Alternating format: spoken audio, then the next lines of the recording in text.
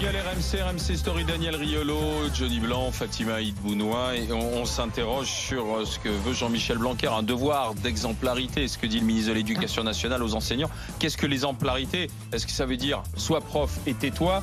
Veut-il mettre les profs au pas, Jean-Michel Blanquer? Oui, 60% sur rmc.fr. Et puis vous me dites oui à 72% sur Twitter. Nous sommes avec Chantal de Dordogne. Bonjour Chantal. Oui, bonjour. Bonjour. Je trouve que Fatima est très cohérente dans ses propos, dans ce qu'elle dit et dans ce qu'elle dit qu'elle fait. Mm-hmm. Et je regrette qu'un certain nombre d'enseignants le soient pas autant. Ils n'ont pas toujours en tête que derrière l'exemplarité qui leur est demandée, et ils le voient d'une manière que je trouve parfois un petit peu nombriliste, il y a aussi cette nécessité par rapport aux enfants d'être un objet d'identification.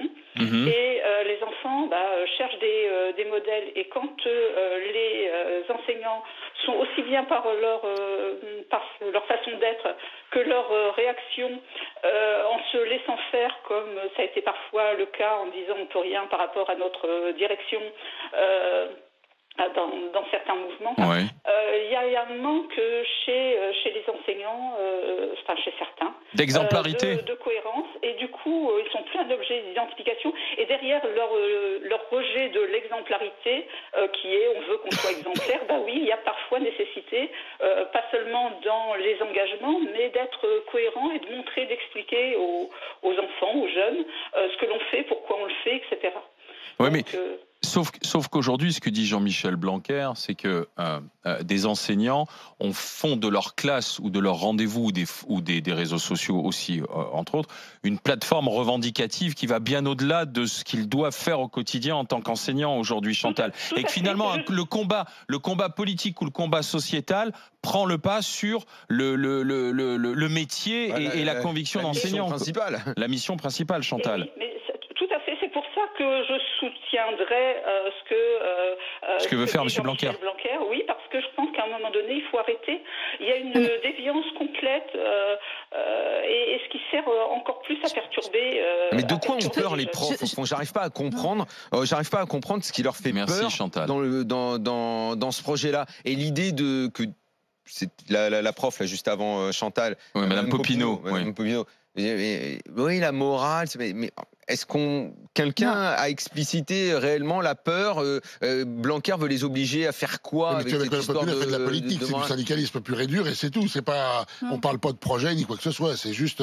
Non, parce qu'on mélange plein de choses. En fait, alors, on mélange plein de choses. C'est quoi la panique des profs? Des 15% qui sont en panique. Ce qui est intéressant, c'est pas c'est l'exemplarité. C'est pour ça que j'ai mis en relation avec le hashtag pas de vague, où on racontait des choses du quotidien. Et effectivement, sur les réseaux sociaux, des professeurs vont témoigner et raconter. Moi, ce lien que tu fais, je le comprends pas. Pardonne-moi, je le comprends pas. J'ai pas l'impression que c'est ça. Vous allez nuire à l'image. Vous là et ne nous dites pas quand vous faites agresser ou quand il y a des bordels dans votre école. J'ai pas l'impression que c'est ça, moi. Personnellement, j'ai pas le sentiment. Écoutez, moi, pour l'instant, il y a la question. Ça existait avant. Avant Blanquer. Ça n'a rien à voir avec le projet de loi. Il y a quelque chose de très nouveau dans notre époque, c'est la communication. La communication massive est très bien faite. Moi, très souvent, vous voyez, pour la police ou pour le personnel soignant, j'entends parler d'une loi, j'entends le ministre et je me dis c'est bien, ils font des choses. Par exemple pour la police, je me suis dit c'est bien, ça s'améliore. Pour le personnel soignant, j'entends la ministre. La réalité du terrain. Et soudain, je regarde sur internet et je vois la réalité du terrain et je me dis il y a un décalage entre cette réalité du terrain et les annonces. Et dans l'éducation nationale, il y a un peu la même chose parce que des fois on a des effets d'annonce. Par exemple, des choses toutes bêtes. Lorsqu'il dit il n'y aura plus d'écoles fermées, et en fait dire il y a des classes, parce qu'il a dit école et pas classe. Ou alors il dit il n'y aura pas d'école fermée, et puis les gens disent mais regardez pourquoi vous râlez, il n'y a plus d'école fermée. Et là les profs sur place ils disent mon école ferme parce qu'en fait c'était pas d'école fermée sans demander l'avis du maire. À chaque fois, je ne parle pas que de Blanquer. Chaque fois qu'un ministre essaie de faire quelque chose dans l'éducation nationale, c'est le bordel et c'est tout le monde dans la rue. Mais moi ça me gêne pas qu'il fasse quelque chose. Tout. Regarde, moi ça me gêne pas qu'il fasse quelque chose. Ce que je veux, c'est qu'on informe vraiment comment dire, clairement l'opinion publique Fatima, et qu'on ne joue pas sur les mots. Mais Fatima, on l'a bien compris, sauf que ça existe avant Blanquer, parce que pour l'instant, le projet de loi n'est toujours pas passé. Donc, le projet de loi n'a rien à voir avec ce que tu dénonces. On est d'accord. Les gens n'aiment pas trop les profs dans l'opinion publique. C'est génial quand il parlait au début. Et quand il a commencé à faire... Le discours est génial. Ah oui, et quand il a commencé à faire, les mecs ont commencé à se Alors, Johnny. Parce qu'il y a un décalage avec ce qu'il fait. Les enseignants, on a l'impression qu'ils croient que tous les parents vivent dans une bulle, qu'on ne sait pas ce qui se passe, qu'on ne voit pas nos écoles dans nos villages, qu'on ne voit pas ce qui se passe à l'intérieur de l'école. Donc il faut qu'ils arrêtent d'avoir peur. On est tout à fait au courant de ce qui se passe dans l'école. Et je pense que si aujourd'hui les gens mettent quelqu'un au pouvoir, eh ben, quelque part ils l'assument. Donc il faut arrêter de vouloir tout. On fera jamais une réforme parce que c'est impossible. Après, on a besoin aussi de gens qui nous expliquent comment de l'intérieur ça se passe. On est d'accord, enfin... Quand même, l'éducation nationale, c'est quand même, c'est quasiment l'armée. Hein. C'est 1 million de personnes. C'est très administré. C'est vrai qu'il y a des recteurs, que c'est très hiérarchisé, et que moi, je trouve que bien qu'un prof vienne nous dire, bah attendez, ça se passe pas exactement comme on vous le raconte. Voilà. Mais ça, après, Fatima, mais je crois que Fatima, c'est pas. Attends, je termine. Fatima, c'est pas ça qui est en jeu. Je pense que les syndicats, en fait, nous manipulent un peu dans cette histoire, parce que ça, le lanceur d'alerte, il emmènera toujours le ministre, quel qu'il soit. Donne un cheval à celui qui dit la vérité. Les syndicats voient quand même que Blanquer, qui avait l'opinion publique avec eux, est peut-être en train d'entrer dans le dur. Et là, les syndicats qui sont quand même plutôt classés à gauche se disent Blanquer, c'est un réac de droite et on va se farcir. Alors, je voudrais évoluer en parallèle à celle de Macron. Moi, réac de droite, ça veut rien dire pour moi, et ça me plaisait le côté. Tout ce qu'il a dit au départ, ça me plaisait. Donc, on va pas me faire le procès de taper sur Blanquer, puisque je l'ai accueilli avec vraiment, intérêt et bienveillance. Repasser tout, j'écoutais. Maintenant, c'est le décalage entre ce qui est dit et comment on joue sur les mots. Et moi, je déteste quand on joue sur les mots. Vous voyez, on va pas fermer des écoles et on se rend compte, on va pas fermer. C'est pas école, c'est classe. Il n'y aura pas de loi Blanquer. Pas tout de suite, ça veut dire. Non. Alors, nous sommes avec David, qui est directeur d'école. Il est du côté de la Saône-et-Loire. Bonjour, David. Bonjour les grands gars, je vois que vous êtes très très en forme. Qu'est-ce que vous... rejoignez-nous et dites tout ce que vous pensez. J'ai plusieurs sentiments. Donc moi, dans un premier temps, j'en ai vraiment ras-le-bol. Mettez-vous bien près du téléphone. Je suis là, vous m'entendez bien ? Oui, mais gardez bien le téléphone à côté de vous. Vraiment ras-le-bol que le moindre petit mot décontextualisé, le moindre petit texte, ça soit toujours le prétexte pour s'énerver, pour dire Blanquer il fait ci et Blanquer il fait ça. Nous sommes nous on est irréformables, on peut rien nous dire, les enseignants sont tout le temps. Alors moi je suis pas gilet jaune, je suis pas stylo rouge, je suis pas buvard bleu, je suis rien du tout.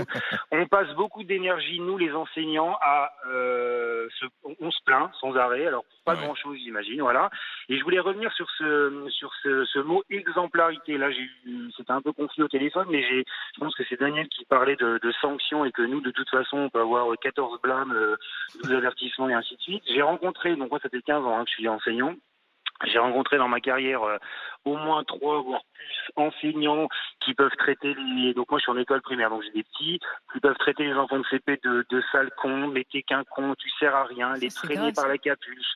J'ai des enseignants qui fument en classe, qui vapotent en classe, ça l'exemplarité. Mais bien sûr, comment on les sanctionne les profs ? Il y a encore des profs qui fument en classe. Vapotent ? Non, bien mais ça, sûr. c'est très grave, mais c'est pas du tout le sujet. Cette exemplarité, comment ?